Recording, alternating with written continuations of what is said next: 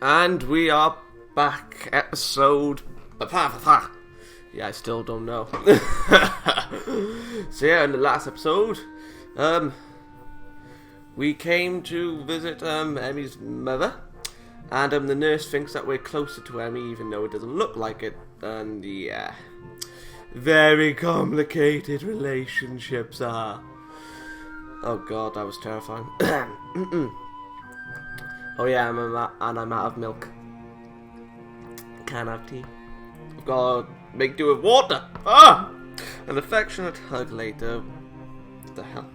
Oh, an affectionate hug later. We're inside, and it is only then that Emi's mum seems to remember that I'm actually here. And hello to you too, Isao. How are you? I'm quite well, thank you. Nice to not have school to worry about for a little bit. Click down your mouse. Ah yes, you finished up your exams, haven't you? That must be quite a relief for you both. It's certainly a weight off my mind, that's for sure. In the back of my mind. Mine too. I think I slept well for the first time in weeks last night from relief alone. If this news is a surprise to Emi's mother, she doesn't show it. Still, her response betrays a note of interest. Is that so? I'm very glad to hear that, Emi. You know I get worried when you get all wound up about, well, exams.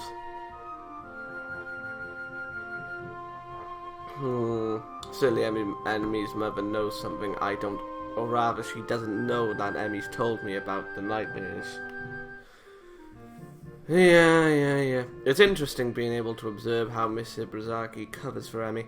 That protective instinct to make sure that I don't know any more than Emi's willing to tell me.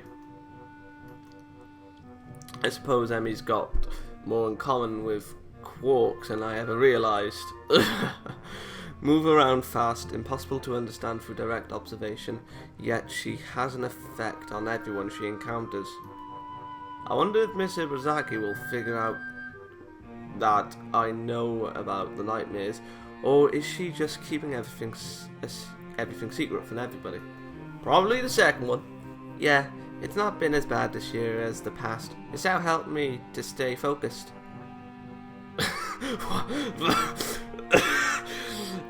Sure. Okay, I know that's not true. She even cut off contact outside of school hours during exam week. She daubed herself in it.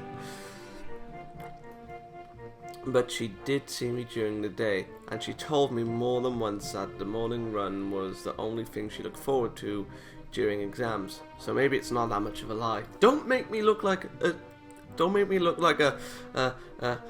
what the fuck are you doing, boy? I heard someone at the door. Be right back. No, there was no one there. I'm going crazy. But it's a lie. She's lying. Either way, to hear that being around has helped even a little makes me feel a bit better. Emi's mother raises an eyebrow, oh god, at this statement. Either she doesn't believe Emi, or she's surprised as I am. Well, then it appears that it's a good thing you two have become so close. I tell you to take good care of my daughter, Isao, but it looks like you're already doing that. Well. Emi grins at this and seems to take pride in having managed to integrate myself with her mother so easily. Actually, I'd say your daughter's been the one taking care of me. Don't say that. She's gotten me out and running. I've probably been more active since meeting her than I ever was even before. Oh. Yeah, just leave it the even before part. There's no need for the ... okay, boy? Okay? I'd actually never thought of it that much, nor had I ever appreciated the humour in it. I wasn't too active before the heart attack. Pick-up games of soccer don't really count since they weren't that common. So now that I know for sure that I have a weak heart, now I run every day, pushing my luck with the help of my medication. Bastards. I chuckled quietly, then realised that I never finished my sentence. Well, before I had my heart attack, I'm wound up at school here.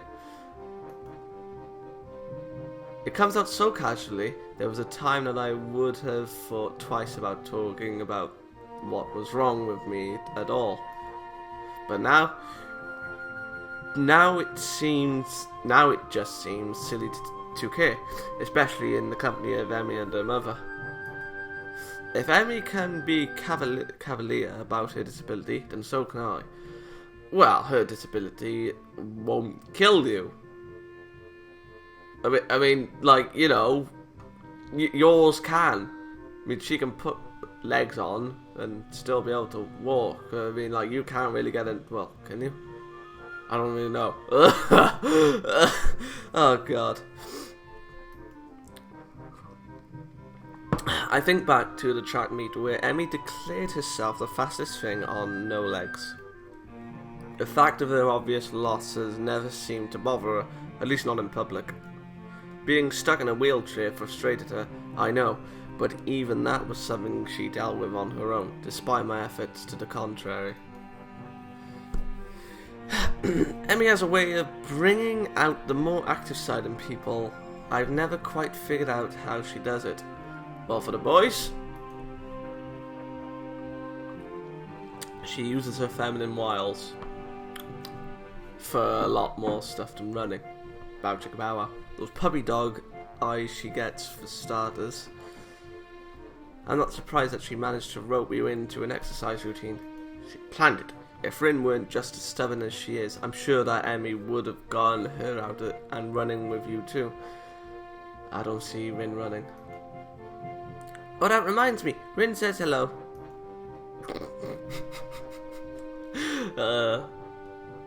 I could just imagine a conversation. Emi, yes? Tell your mum I said hello.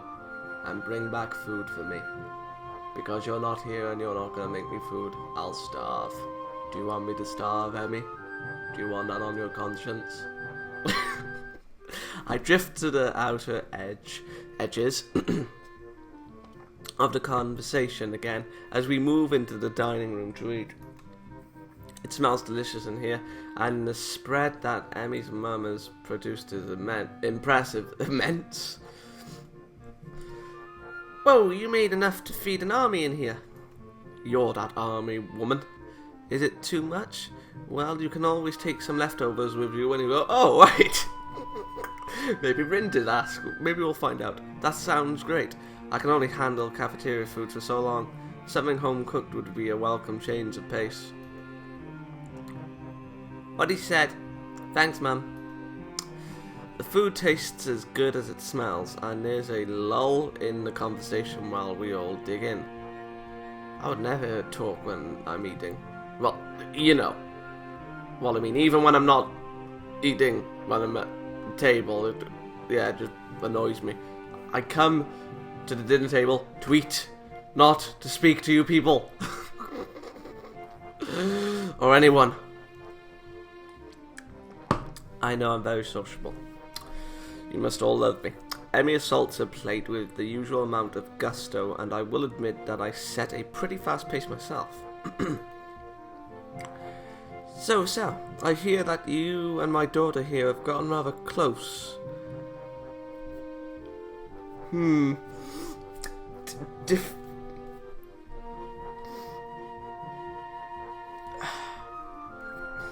Define close for me. The urge to say something like, not really, is so strong that I open my mouth to say it, but then reassert control. Be diplomatic here, Sal. She probably thinks you've done the dirty, even though, well, you have, but still. We are close, there's no getting around it. I mean, Emi's brought me here, hasn't she? Yeah, good man. Fortunately, both Emi and her mother seem to take my reaction as a sign that I'm caught off guard, rather than considering saying something cruel. Here, I suppose we have. I blame the morning runs myself. That's good. That's good. You make it sound like a bad thing, Sal. It is a bad thing. Well, I, for one, found it a relief. Which?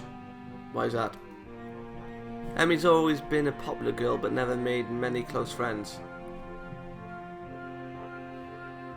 What about Rin? This is a bit of news to me. I've always seen Emi chatting with her classmates in the hallways. And certainly the whole track team seems to love her, but is it true that she chooses to isolate herself during lunch with Rin and me? Not exactly the sort of behaviour one expects from a popular girl after all. Then again, I've experienced her unwillingness to get close firsthand, so I can't say I'm not surprised. I was beginning to have my doubts. Emi rolls her eyes to the ceiling and grumbles something I can't quite make out. Huh? What? Oh god, the music's gone. Oh god, we're gonna have an awkward scene or there's gonna be landmines. Zayax, get my bazooka. Oh, get your claymore. What's that you just said? Apologies if you can hear something on the outside. I think it's the outside. Yeah. Bloody drilling, building buggers. Nothing? Oh god, I hope the window is open. No, it'll be a lot louder if that's the case. Miss Ibarazaki chokes on her drink with laughter. Oh, thank God for that. You've been hanging out with the nurse too long, Emi. Click, damn you mouse. I'm going to have to talk to him about corrupting my daughter. Somehow I don't think that would be very effective. Get that face away. I learned most of it from you anyway, not the nurse.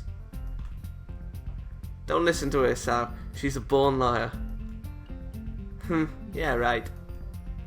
Everyone's a born liar. Oh, I don't know, Emi. I think your mother has a point. What? You traitor! You're supposed to take my side in this. I take no one's side. Oh. She kicked us in the leg. Yeah, but you did lie about it. Oh. Shit. Damn it, Sal. Click, mouse. A kick in the shin from an unmistakably plastic foot cuts me off, but not before Miss Ibarazaki eyebrows shoot upwards. What about your leg? Oh, what? Oh, fuck. What's going on? Yeah, I have to try. Yeah, click. Stop. What's going on? What about your leg? It wasn't a big deal, that's all. I was just in a wheelchair for a bit.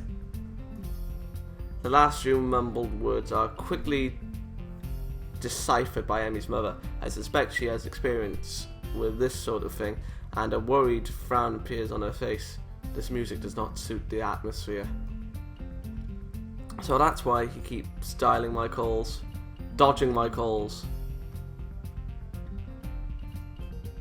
Oh, Emi, I know how much you hate being in a wheelchair. No wonder you've been in such a mood lately. Yeah, she's much happier on her feet, so to speak. Well, of course, she spent enough time in a chair after the accident. This music does not suit the atmosphere or the direction it's going. She didn't get prosthetics immediately? Definitely not. No, she's had to finish healing up before they'd let her start the sort of therapy you've got to go through to adjust to those things. Oh god, the music's going to stop after this, I can see it now. No, especially since she wanted to run on them. I had no idea. Yeah, it sucked. Oh, did you see Rin's mural at the festival? She's dodging it. Of course we have, you fool. We were there. Every sudden change of topic makes me realise blatantly that she's been fidgeting the whole time her mother and I have been talking. I'm surprised her mother let all that out. I should have figured on her being a little skittish when it comes to talking about the accident, even around her mother. But the mother seemed fine about talking about it. I mean, yes, Emi was the one that had the traumatic experience, but I expected her mother to be a little bit apprehensive about the stuff she says, but then again, I suppose she did say natural stuff like therapy for the legs. I mean, Yeah. I mean, nothing major was said, apart from hating being in a wheelchair. And that's not, well, I don't know. No, I didn't make it out to the festival, remember? Oh, she was saying that to her. Although I caught a glimpse of it at your track meet, it seemed pretty weird to me. I think that's more or less what she's going for. Oh god, she's talked a lot about it being dreamlike, or trying to make it dreamlike. Rin's art is one of those things I don't think I'll ever understand. That's not surprising. I don't think Rin expects to be understood. She told me once that art allows people to understand stuff they wouldn't understand otherwise, but all the same, she doesn't think it actually works that way. I'm surprised that Emi's talked about this with Rin extensively enough to actually have Rin's opinion such as it is. Well, they're friends, you twit. They'd obviously talk about something that they like. I mean, Rin knows what Emi likes and probably knows her opinions on stuff like that and such. I mean, she knows when Emi is at her Emiest. Although I expect that Rin could not, if she were so inclined, say the same thing about Emi's. Probably. Unless, of course, Emi is purposely keeping me in the dark about everything, which is likely, but unpleasant to think about. I drift down this unpleasant train of thought for a while, losing track of the conversation. Emi, I've been meaning to ask. Click, damn your mouse. Huh? Are you going to visit your father this year? Oh. From the way she says it, you'd think Emi's mother was talking about the weather. From the way Emi reacts, it's clearly not the weather they're talking about. She flinches a slight jerk of the head backwards, as if she's just been slapped in the face. Oh, wouldn't mind that. Someone slap her, she annoys me. Can we talk about this later? Her voice sounds brittle, strained. It looks as if she's been severely shaken by the question. It seems that Miss Ibrozaki misjudged how close Emi and I are. Ah. But how did she get that sense then? If that, well, coming and visiting her house, yeah, that would give her that kind of idea, I suppose. I mean, since Sao is the first. My goddess, Sao, she's toying with you. Some things, it seems, are best not conversed about with me around. Her father is one of these things. The accident that took her legs is probably another one of those things, if her reaction to the earlier conversation between her mother and myself is any indication. It doesn't take Emi's mother long to realise she screwed up. Of course we can, dear. I'm sorry to bring it up. I just wanted to ask so we can make plans. It's fine. Don't worry about it. Emi fidgets nervously as if embarrassed by her own reaction. I confess that her reaction is confusing.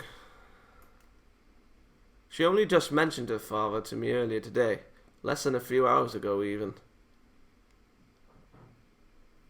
So what's happened then? Why does a simple question about when she'll visit her father cause such a strong reaction? Unless whatever serenity she claimed to have reached by means of our talk the previous evening has suddenly evaporated. Probably. Or it didn't help as much as she thought, or claimed. Claimed, my boy. I'll be right back. Gotta visit the little girl's room. Liar! Emi gets up suddenly and leaves the table, leaving me and Miss Ibrozaki alone. Oh, God. I'm a little conflicted. Should I go after her, or should I stay here? It's obvious that Emi's departure was not based on the call of nature. Something's bothering her, and I have to know what it is. How do I go about it? Oh, we talked to the mother. Oh, yes, this was my plan from the beginning. Thank you, Muto. Very deceitful. Oh, I could be the master manipulator. There's an awkward silence at the table for a while after Emi dashes off. I can't think of anything to say. how about we start off not too strong, but light. Say, why does a simple visit to... No, let's not say simple.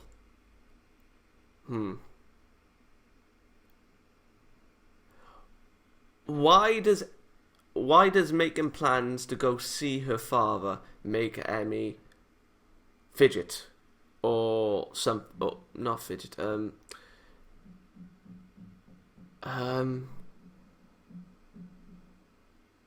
Make Emmy seem a little... Oh, God.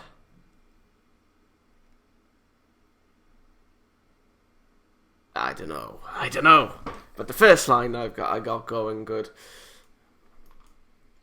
Emmy's mother sighs, breaking the silence. Oh, maybe you're the one to start.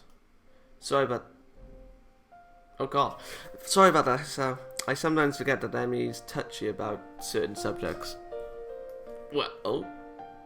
And I was talking about the wheelchair thing, too. Should I go after her? No, that's not... No. We're being the master manipulator here. Heavens no. She didn't leave the table to continue the conversation, you know. Well, that was obvious. But if she's troubled, shouldn't someone help her? Just give her time. If it were anyone else, I'd say yes. But my daughter is stubborn as a mule. And if she wants to be alone, it's best to let her be alone. Otherwise, she'll probably say something she'd regret, which would cause you to say something you'd regret, and I would prefer that dinner doesn't end with one or both of you storming out of the house. If that were to happen, I'd be a terrible hostess, wouldn't I? I've already acted as a fool once today. Not really, I mean, it's your daughter's stubbornness that's to blame. That's okay. I shouldn't have boarded the wheelchair, apparently. Well, yeah, it is your fault at the same time. Miss Eberazaki frowns, clearly more bothered by Emmy's omission than she'd let on. I wish she wouldn't do that. It just makes me worry more, you know. She does this often. What, running off to the bathroom? No, I can't say she does. Keep injuries from her mother, though? Well, that's a little more common. Well, it's good that she had a little joke at the beginning. Every time I catch her lying like that, she assures me that the only reason she didn't tell me is because it wasn't a big deal. Oh, God. If it's any consolation, I'm sure the only reason I knew about it at all was because I saw her every day. This elicits a dry chuckle from across the table. Miss Ibarazaki sighs a little sadly. Still hesitant about getting close to people, huh? I keep hoping that she'll get over that. It's funny, really. She's bounced back so well from the accident in so many ways. I guess some things never really go away. From the looks of it, the whole thing still bothers her too. But she doesn't let it consume her, that's the thing. And Emmy is letting it consume her. She seems to be a little more willing to talk about the accident without Emmy around, though. Fair enough. Hey, I've got a question, if it's alright. Oh? What else did Emmy lose in that accident? The nurse said that she gets this way near the anniversary, and she won't talk about it to me. That was very diplomatic. So you thought I'd fill you in, Yes. Yeah, hopefully. Well, there's a problem with that request, you know. I thought so. Let me guess. You promised Emmy that you wouldn't tell anyone she didn't want to know, and you don't know if she wants me to know. Something like that. I promised Emmy that she'd be the one to tell people the full story. Oh, God. But isn't that important? I mean, it's clearly had a huge effect on her. She's still like this so long after the accident happened. That's true. It did have a long-lasting effect on her. There are few things that she'll probably never really get over. For a moment, Miss Ibarazaki looks incredibly saddened, as if an old wound is bothering her. Oh, God. The master manipulator's causing pain! I suppose there are a few things I'll never really get over either. Another dry chuckle, and with a shake of her head, Emi's mother banishes the memory. Look, there's something you absolutely must understand about the way Emi thinks about the accident. What's that? It wasn't a big deal. Okay? Somehow I managed to keep my mouth from falling open in surprise, but it takes some effort. Yeah, like, she lost her legs, I mean... That's a pretty big deal. I mean, I suppose there's the saying, I mean, as the years go by, it seems like nothing. And I suspect it would be the case for the two of you, but the way Emi is, I don't think so. But keep going. That has to be the most ridiculous thing I've ever heard. Don't say that aloud, please. Let's not offend the mother. I beg your pardon. Okay, maybe it's not that simple. Oh God, what is this? But it's a pretty accurate. But it's a pretty accurate summation. Emi believes that the accident did not define her, and that everything she lost that day didn't define her either. Okay. She's not that girl who lost her legs. She's the fastest thing on no legs. Her optimism and energy came out of that wreck without a scratch, as far as she's concerned. Wait, so she believes that the accident wasn't... So it's not to do with the accident? So what did her father do? Yet it goes beyond that, doesn't it? I mean, last night she told me that she refused to rely on me because it would make losing me too painful. I mean, did her father abandon her because she lost her legs? Well, then again, he did get her in the running. I mean, it's not a good reason, but I suppose that would be motivation for him to abandon her. Bastard. Oh, really? You said she won't tell you about the accident, even though you've asked her about it before. The reason she won't talk about it when you ask it is because to her it's not something you absolutely need to know. Even if she wasn't terrified of getting too close to anyone, she still wouldn't talk about it. She's afraid of being close to me? Oh goodness me, yes. For all that talk about being unscathed by the accident, she's gained the ugly knowledge of how quickly it can all be over. So she's not going to let people get especially close to her, and she certainly would resent any implication that she cannot work through this on her own. But I don't think she can. Oh no? Are you sure you've been dating my daughter and not somebody else? Trust me, Esau, she could get through it on her own. But she has nightmares and she can't sleep well, and she does this every year. Tell me if she wasn't able to get through it on her own, do you really think she'd still be alive? She would have killed herself or something equally melodramatic. Right, okay, I see your logic. So what, I shouldn't try to help her? That is what she's saying. I didn't say that. I hate seeing my daughter like this and knowing that she could rely on someone else who would let me relax. But if we can't help her directly, what do we do? Do we just comfort her without actually comforting her? I mean, that does make sense. If you think about it, like, don't pry about the thing that's bothering her, just hug her. Or whatever. Yeah, just hug her. You just need to understand that accepting help goes against everything Emi thinks about herself and the way the world works. If you still want to offer her help, then I guess that's your call. Honestly, I'd like you to, but it'd be silly not to warn you that it's not going to be easy. You just need to be patient with her. She's already closer to you than anyone else she's ever met at Yamaku. Closer than Rin? Well, obviously, but friendship... Oh, God. Don't dwell into that. Well, it sure doesn't feel like we're very close. Oh, shit. Oh, God. Right, let's continue. Fuck.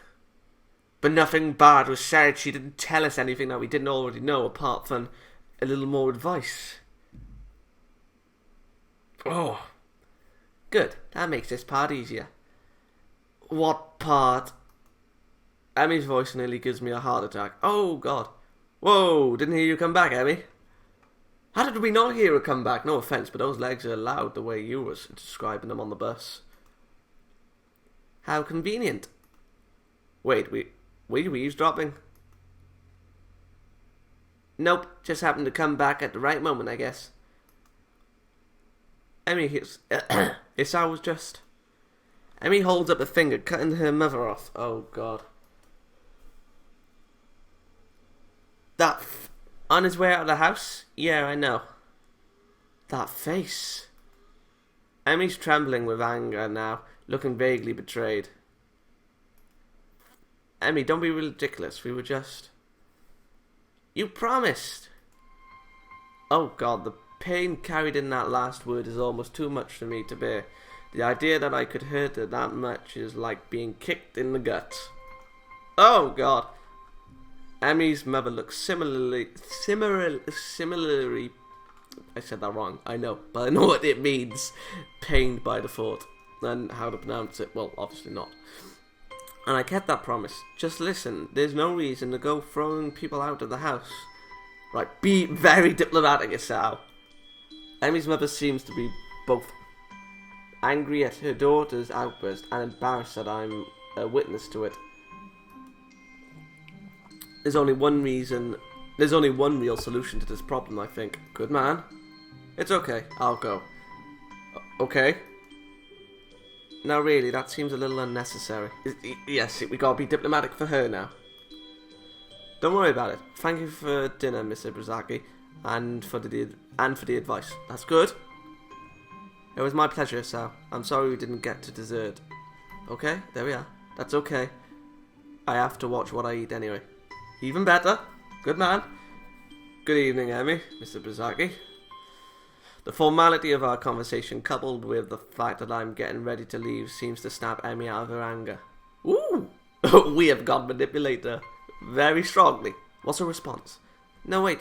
I'm sorry, I've been so... And after last night, I just thought, you don't have to go. I take it back. It's okay.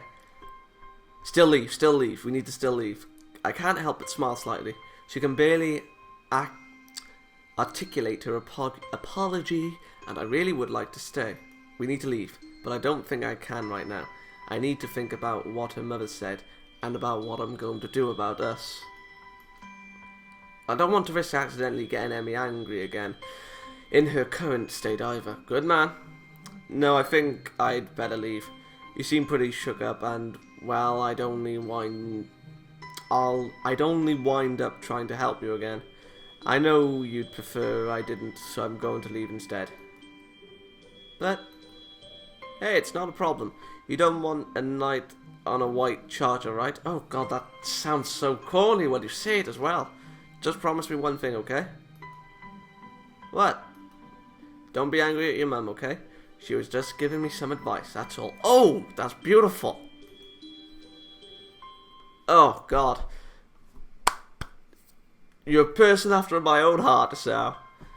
Emmy nods hesitantly, like this simple idea is all that she can grab onto at this point. She's so terribly off balance, but I can't do anything about that right now. Okay. See you tomorrow, okay? Running in the morning? Don't forget. I can see that I've hurt Emmy by deciding to leave. Well, it was her fault. But don't say that. Think that, but don't say it. But there's nothing I can do for her as things stand, and I know that she's too stubborn to admit that she wants me to stick around. I watch various emotions across Emmy's face as she tries to process everything that's just happened. Shortly comes that calm look again. Like last night, and that voice that tries so hard to sound careless. Sure, Sal. See you around. Both of us are unwilling to concede emotion at this point, and I'm having a hard time keeping up my facade, so I turn on my heel and walk out the door. Smashing! I shut it behind me slowly, pausing for a moment as a latch catches my hand on the doorknob. Did I make the right decision just now? Should I have stayed and tried to work things out? No. No idea. Not in front of her mother. No, I decide. Not in front of her mother like that. In spite of everything, I'd rather keep Emi's mother insulated from the sort of anger that surfaced last night. Even though she's probably used to it, some protective instinct wants me to keep Emi's image as a cheerful girl intact. We're stark. I realise my hand is still resting on the knob. I take my hand away, put it in my pocket, and head down the slowly darkening street. And with that, I'll see you all in the next episode of Katawa Shoujo. Good day!